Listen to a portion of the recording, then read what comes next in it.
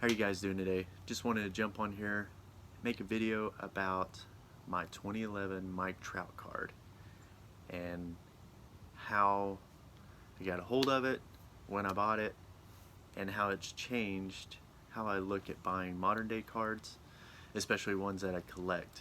So anyway, let's take a look at it. Alright, before I get into my story here, just going through some old stuff, and I found this old poster that I got from a Kellogg's, I want to say probably Frosted Flakes box. This was really cool whenever they were giving these out, these little posters, um, back in the early 90s. Just an old Ken Griffey Jr. Kid Dynamite poster.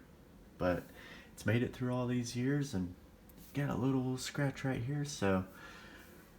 But I'd like to go ahead and get this thing framed up, even though it's been folded up and all sorts of stuff. Yeah, pretty much a kid owned it, so. But still, I think it'd be really neat to get that framed up and hung on the wall. But anyway, let's get to the story. Alright, so here it is. This is my 2011 Topps Update Mike Trout, and this one graded a 9. Now the story behind this card was last year I really wanted to get a 2011 Mike Trout rookie card, and last year I really wanted to get this Mike Trout rookie card, and prices were starting to climb very fast and very expensive. And it was at a time where raw was going for around $400. And so I got to thinking to myself, I was like, man, you better jump in, or this card could just, go through the roof to where, for my budget, it becomes more unobtainable.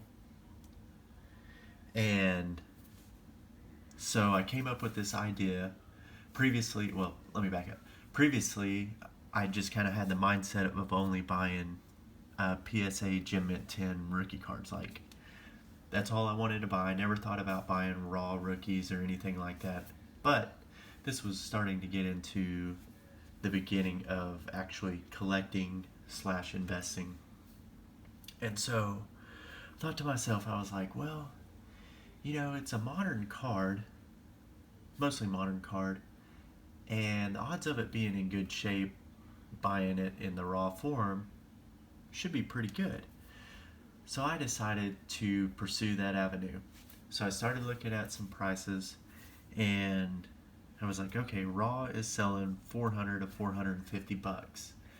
And if it grades a PSA 8, that's about what it's selling for on eBay.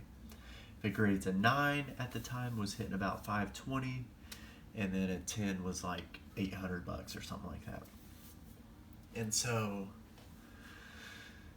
I was like, all right, I'm gonna gamble a little bit. Let's try this out. Let's see if this method works. And so I got on eBay and I was searching around for all these raw versions of this Mike Trout card, and I stumbled upon one that had an auction going, and I ended up winning the auction for 440 bucks, shipping included.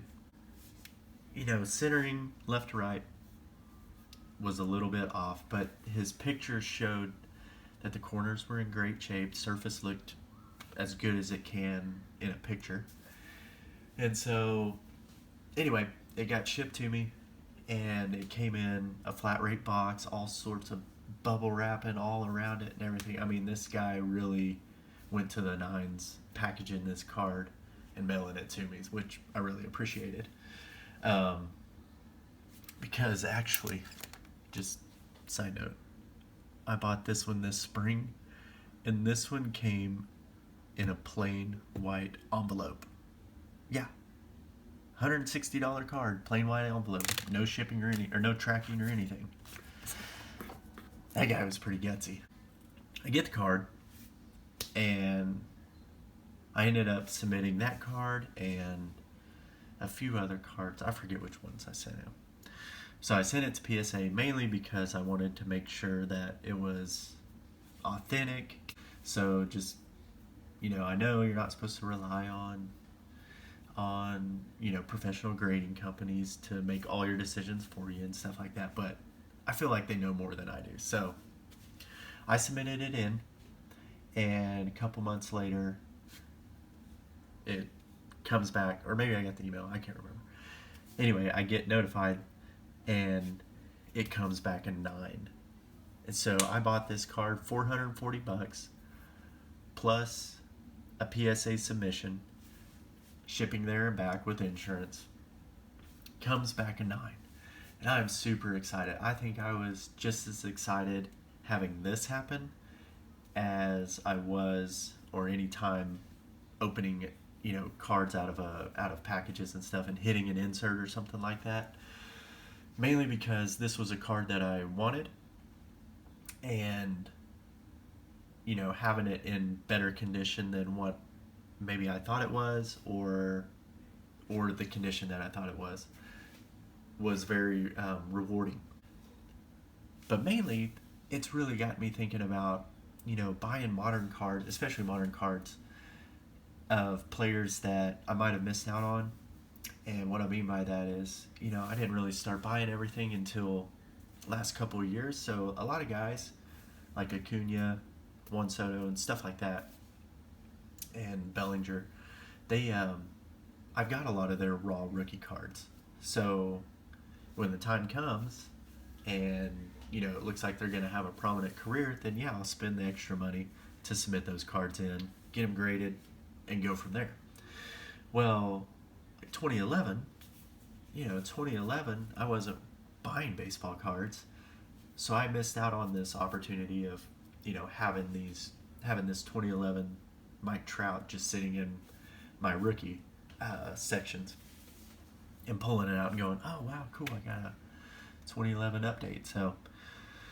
So what I've started doing, and I just got this one. Oh, I've got it a couple months ago. I still need to get it put in a case, but buy a raw card, because if I can buy a really clean raw version of his card, later on I'll probably submit it in, get it in a nice case, or I may just put it in the snapback and just let it be what it is, because also there's a market on raw cards as well. Yeah, it may not have the big jump that these PSA 10s have,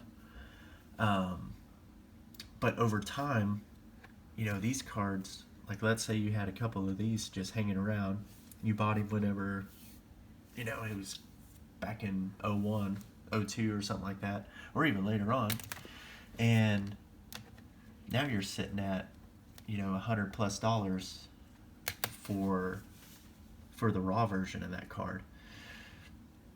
So it's just kind of opened my eyes towards, hey, you don't always have to go after PSA 10s. You can try to find a nice raw version of the card, and probably do just as well on it. But you can also acquire a few more raw versions as opposed to just one 10. So anyway, it's a whole new train of thought, and it's a lot of fun. So yeah, I've started buying a few raw versions. I showed you that Mookie Betts. So here's the chrome. Got a nice chrome of Mookie. This one I actually had in my box. I actually had pulled this from a pack. That one's in really good shape. I picked up the Verlander raw. So just looking for a really nice centered card, really clean edges if I can get it. And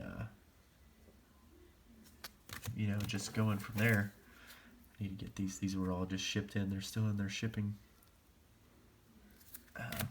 packages. So, leave a comment down below. If you liked the video, hit like for me. Until then, we'll talk to you on the next one. See ya.